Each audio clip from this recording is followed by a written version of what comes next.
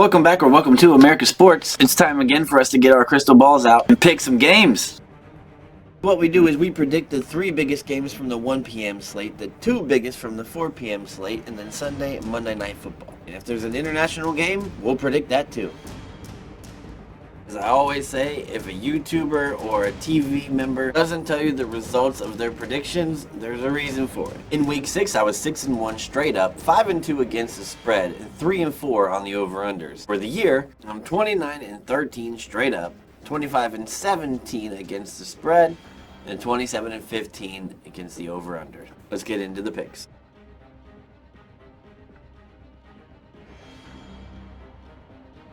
First off, we are doing the Lions at the Ravens, and I'm super excited for this one. The Ravens are giving 3 at home, and the over-under is 43. Baltimore and Detroit are both pretty good at holding teams down in points and in total yards. Baltimore letting teams score an average of 15.2, while Detroit is at 18.8. Both under the league average of 20.6. Detroit has 8 takeaways, and Lamar alone has 4 fumbles on the year with 3 picks. Lamar has got to have ball control in this game. And they're also going to have to try to turn over Detroit as well. Detroit only has 6 giveaways on the season. It's in Baltimore. Both teams are going to want to make a statement on this. I think Baltimore even more so. And kind of against my better judgment here, I'm going to take the Ravens to win, but not to cover, because I think they win by a Justin Tucker field goal. This is going to be a close game, and I actually think it's going to be in the under, and I think because a lot of people think it's going to be over.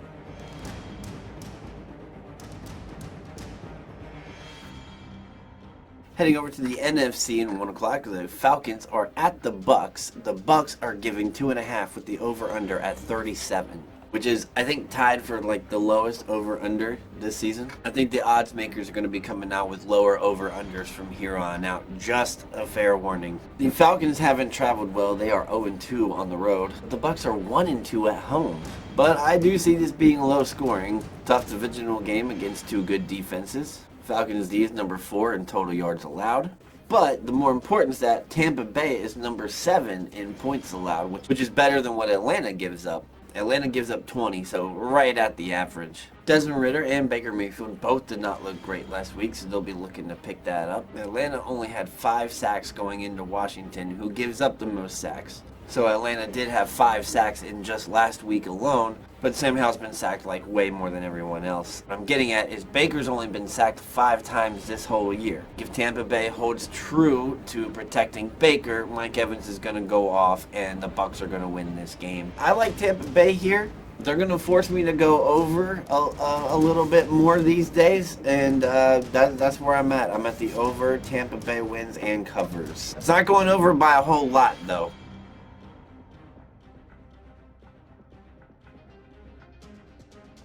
Our last 1 p.m. game is the Cleveland Browns at the Indianapolis Colts. Cleveland is giving 3.5 with the over-under at 41. Both teams could be using their backup quarterbacks, but Deshaun Watson was a full participant at practice today.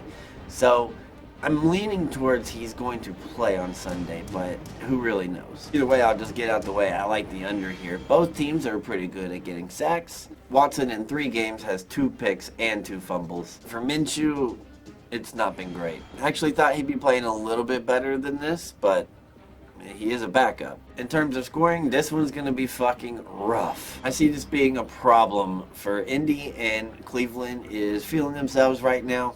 Cleveland wins and they cover. Give me the under. All right, moving on to the 4 o'clock slate.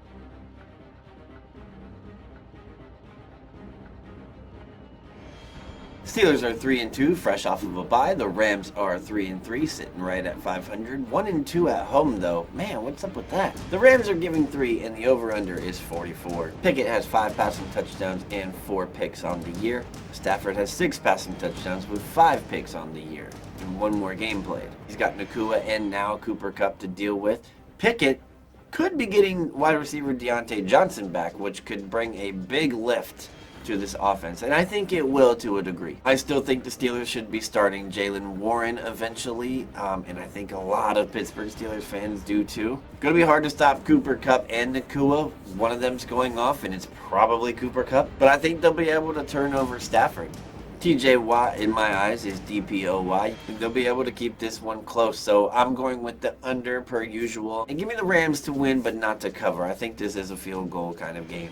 At the same time, I feel like this is one of those games where there's a team that's better than Pittsburgh, but Pittsburgh still beats them, with the defense and the coaching. It's a winning organization. And as a Bengals fan, I can admit that.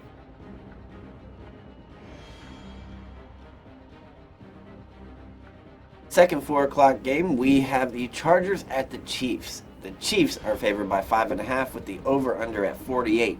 See, a couple weeks ago, this would have been in the 50s for sure. The odds makers are definitely lowering the over-under. Mahomes and that stout defense have won 5 in a row since losing on opening night. I'm probably going to fall for this bait, but I like offense in this. It seems that both teams can score on each other when they play each other, historically over the last few seasons. Chiefs have won 3 of the last 4 games, and the lowest scoring game over these last 4 games was 27-24. Chiefs won both games by a field goal last season, and in the year before that, they won in overtime. So it's been close every time. Chargers win was by 6, and that was in Kansas City. So yeah, I think the evidence would support this is going to be a very good game to watch. Love what Keenan Allen's doing. You gotta love what Travis Kelce's doing. This one's gonna be fun. I'm gonna take the Chiefs to win, but I'm gonna say they don't cover that 5.5 because it might be a 3 to 4 point game like it has been. I'm gonna take the over as well, since it basically goes over 48 points whenever Herbert and Mahomes play each other.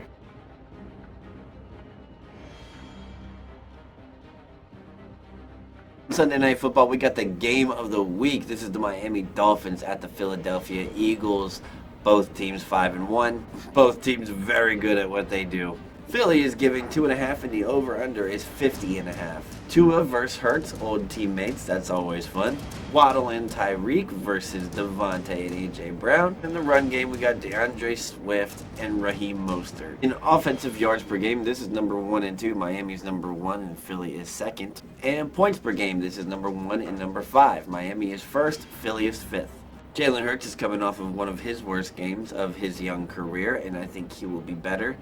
Man, I normally do not go over in primetime games. I'm going to go over simply just for the fact that I'm a fan. If you saw my power rankings, you probably know where I'm going with this already. I've got the Eagles to win at home, giving Miami their second loss, both of them being on the road. And the 2.5 they cover. But it's not going to be some crazy blowout or anything like that. This is going to be back and forth, I feel like.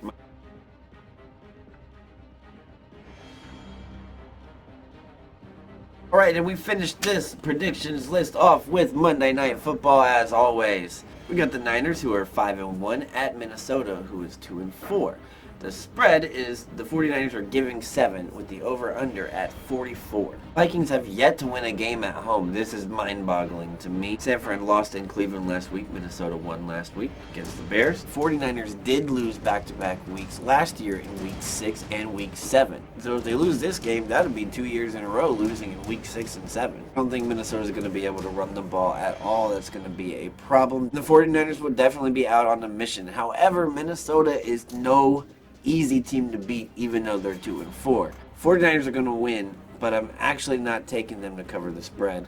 And I like the over here. That's the first time that I've taken the over on both Sunday night and Monday Night Football. Maybe I'm losing it.